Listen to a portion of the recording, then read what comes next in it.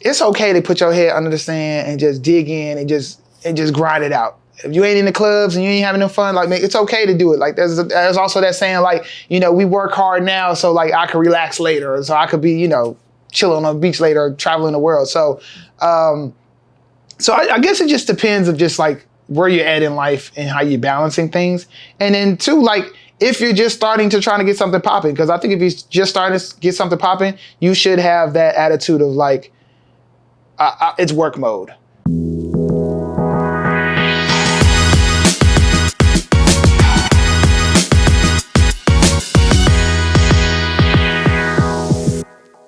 Hey, what's going on, everybody? Welcome to the 9% Show. I am your host, Steven Burton. And here at the 9%, y'all already know we keep everything 100. If I haven't done it, not doing it, or not about to do it, it will not come out my mouth. So welcome, everybody. Welcome, everybody. Welcome. As we always do around this time, we take our toast to our 9%ers out there and those that wish to get into the 9% Club. Shouts out to y'all out there. So, well, I guess before we get started, always, hey, hit that like button, please. And if you like this content that we've been doing for so long now, it's been like at least half a year. I don't know how long we've been doing it now, but please subscribe to the channel. This is some good stuff we doing here at the 9%, and we're just excited to put this content out. So for this week's episode, I'm excited about this one because we go switch it up a little bit. I posted on all my social media channels. I said, hey, give me some questions of what questions you have for me. And so this is the Q&A episode, and we're gonna have some of these, I'm gonna answer some of the questions, some random questions that's out there that you guys had for me. So that's what we're gonna do, and we're gonna make this an episode, have some fun with this one. So you will be hearing this random voice coming from somewhere. You're gonna be like, who is that? That is our executive producer, Sylvanus. He gonna be dropping the questions for us. So when you hear this different voice than mine, maybe deeper voice than mine, that is who it is talking. Maybe one day we'll put him on the camera. Who knows?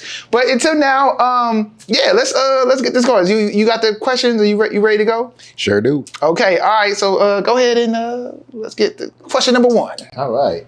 So our first question that was submitted was, what was the major setback you experienced, and how did you handle it? A major setback I experienced. How did I handle it? You know what's crazy? Like this year, 2024 has been all about some setbacks going on. I'll tell you that. So I'm fresh to handling a lot of this stuff. I would say, what was a major setback? I'm blessed to not have no crazy major setbacks because like I've explained plenty of times, I was in a position where I could not fail, okay? Because if I had a lot of major setbacks, I was probably about to be out of business. But not to say that everything's sweet, but I'm just trying to think of what would be a good, honestly, the thing that stands out the most was just dealing with COVID. I mean, that was just ridiculous. I'm talking about, how do you sell a product when all we do is sell products for events and people's, stuff going on in people's lives? How do you sell formal wear when there ain't no event going on in the world? Like, that was some wild times, and that took some resilience. I'll never forget that there was a time where right when everything happened, NBA stopped, and, I'm starting to get refund requests and all this stuff going on, and I literally panicked. Like, I had a moment where I was just like, I think I told the employee I had at the time, I was like, you can probably just go home. I was literally like, I thought it was over. I thought it was a wrap. And I had to snap out of it and say, like, literally, I told myself, I was like, life is going to get back on at some point. And like, either we going to hit the ground running or we going to just be trying to catch up once everything cut back on.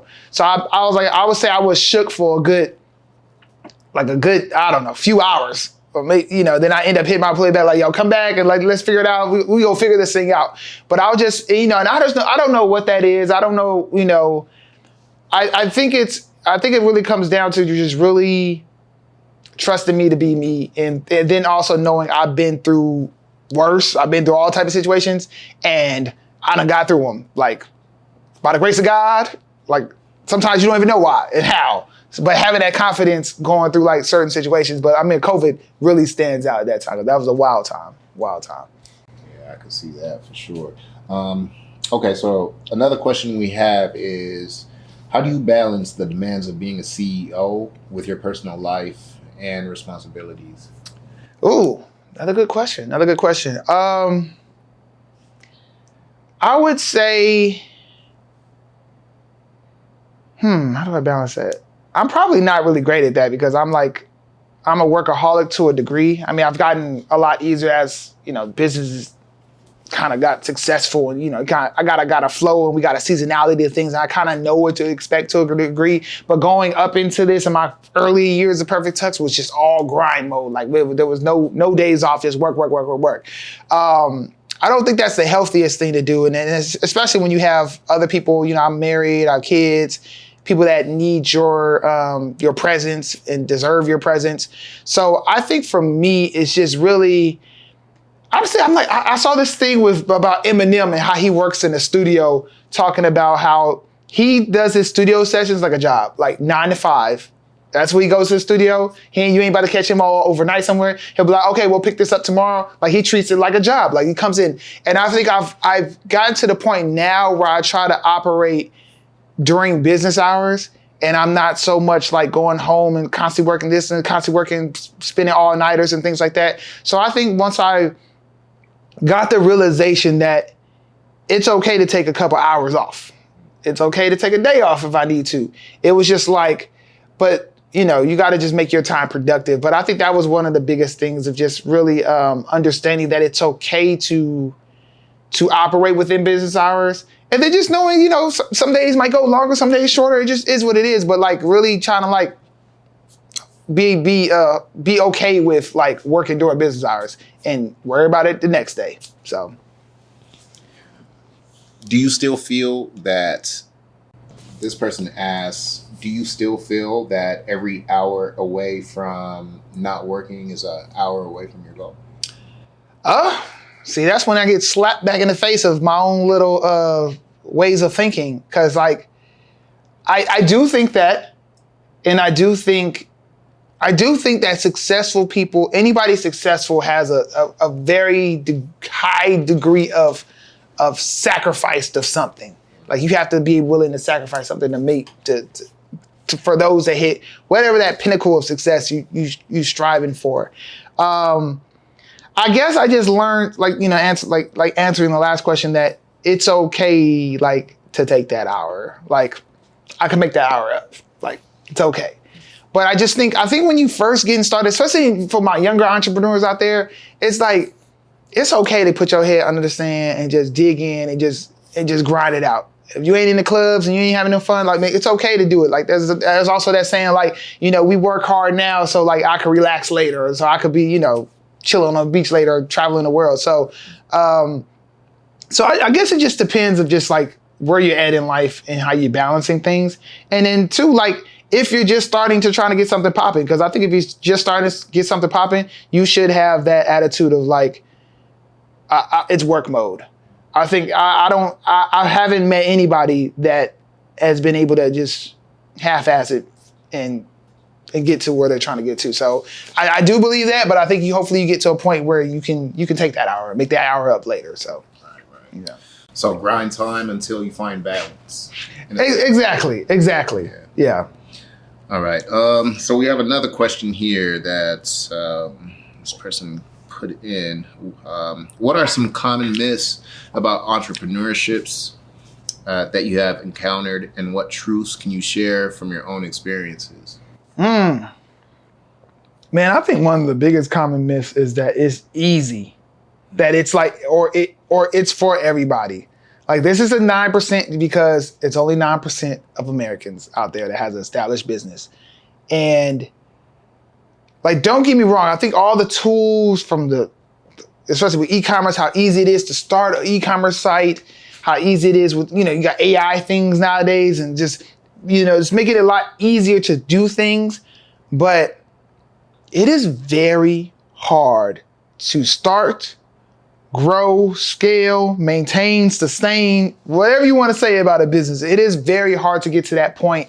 And I think where a show like the 9% hopefully puts everything in perspective and just gives you the real. But there's just so much stuff out there where I feel like people neglect the natural skill set that you must have. Like, you can go to school and learn some stuff like that, but I have friends and family and associates that got MBAs and they ain't nowhere near on my level of business. You know what I'm saying? And not necessarily like from a success standpoint, a money success standpoint, but just like practical, in the weeds, like how do you go from point A to point B and navigate that and start a business? So I think as tools and things make it easier, or so many people have an opinion on it, or like the lines are blurred of people that have opinions on it, and the business that they do, that they claim they do, is the fact of them having an opinion on it and selling their talking to you. It's like they're just saying whatever to make it seem like it's easier, but you're, they do what they do well because you're the product. So I think that's like the biggest thing I would say, and that like just don't neglect the business skills that come along with this stuff. Like, okay, you can make a great product, but do you know how to get it in somebody's hand? It's a hard thing to do. All right. So we have another question that came in. What are your future plans for Perfect Tux and any other ventures you're considering? Yeah. Well, we've started a new brand, a branch out brand called Kid Suits, and it's kidsuits.com. So check that out. It is live now. So we really want to expand our boys offering and just start a whole new brand, whole new site that just is like a partner company of Perfect Tux. So that is going on. The weird thing about every time I've always thought about like totally something else or starting a whole totally new business or doing something else, like Perfect Tux just sucks me right back in. Or sometimes, and this maybe ties into the other question of like, the myths.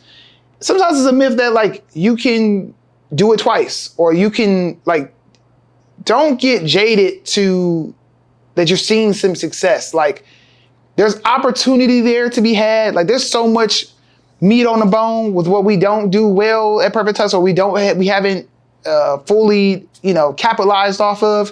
So every time I'm thinking quick to kind of move to something else and think about something else, I'm like, well, dang, like I said, with this kidsuits.com thing, it was like, Essence is a new business, but why do I need to go through all the pains and suffering of a new business when I could use what I've established with Perfect Tux to subsidize or help out or, push this along faster? You know what I'm saying? So I think, I'm excited about the Kid Suits thing and the strategies that we're going to implement there, or where it kind of sees our whole brand of, and maybe establishing the other brands and things like that, like all under the house.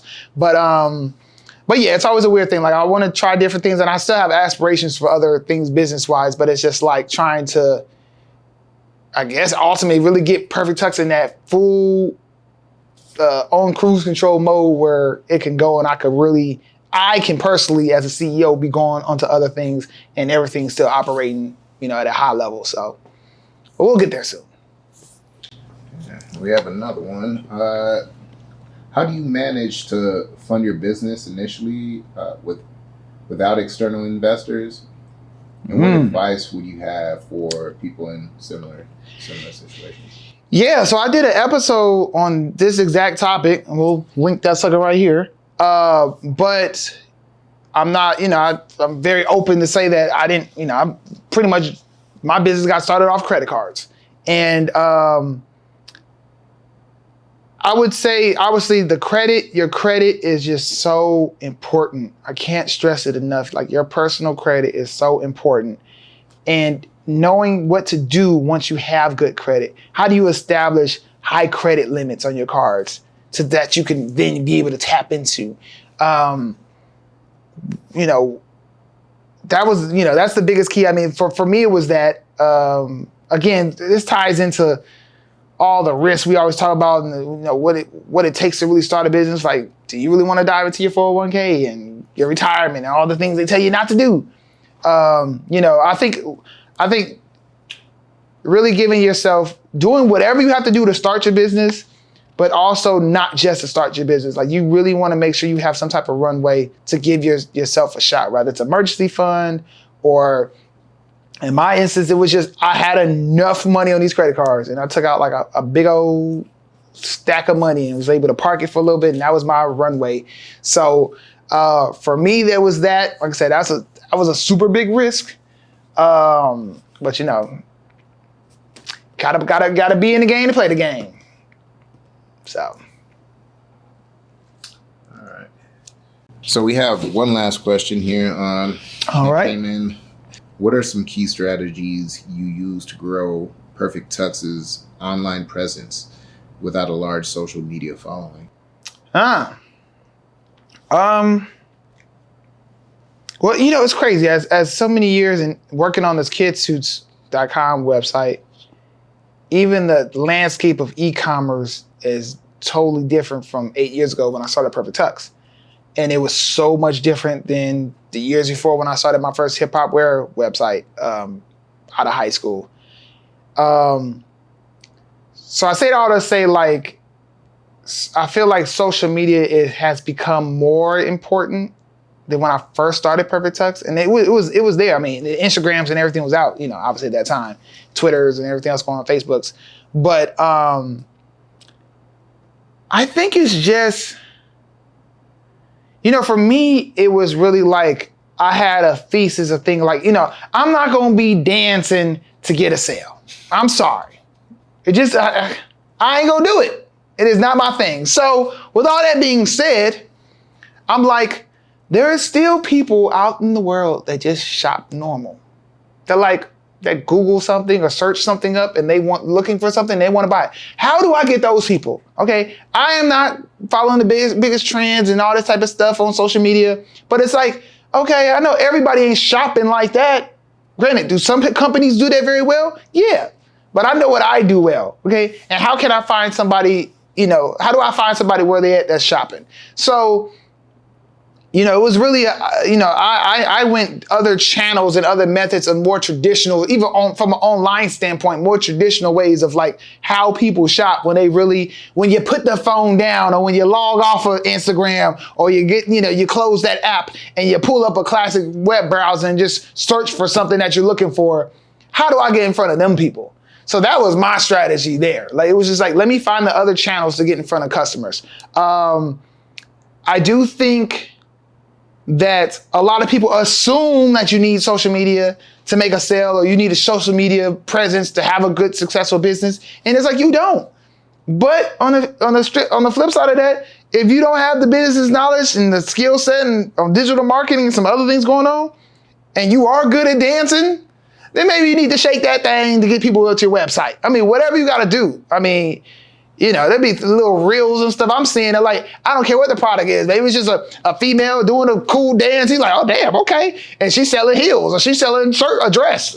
I'm not the audience, but I'm helping get the views up or something or the likes up. But I ain't buying the dress.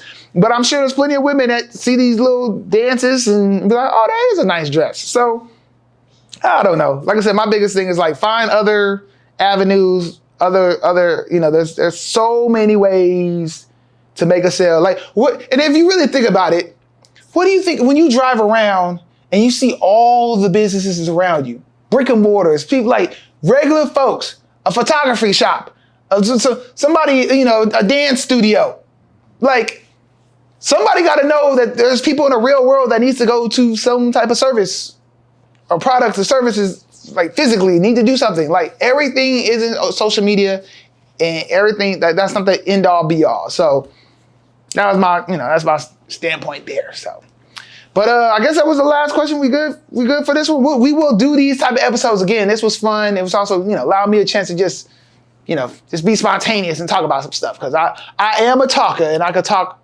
all day long. But, my talking does come to an end right now because we are done with this episode. Again, if you like what was going on, please subscribe to the channel, do all that good stuff. Beyond liking and subscribing, share this video, share our content that we put out there. It is excellent stuff Excellent, excellent, excellent stuff, quality stuff. Until next time, as always, I will catch you on the 9% show. Peace.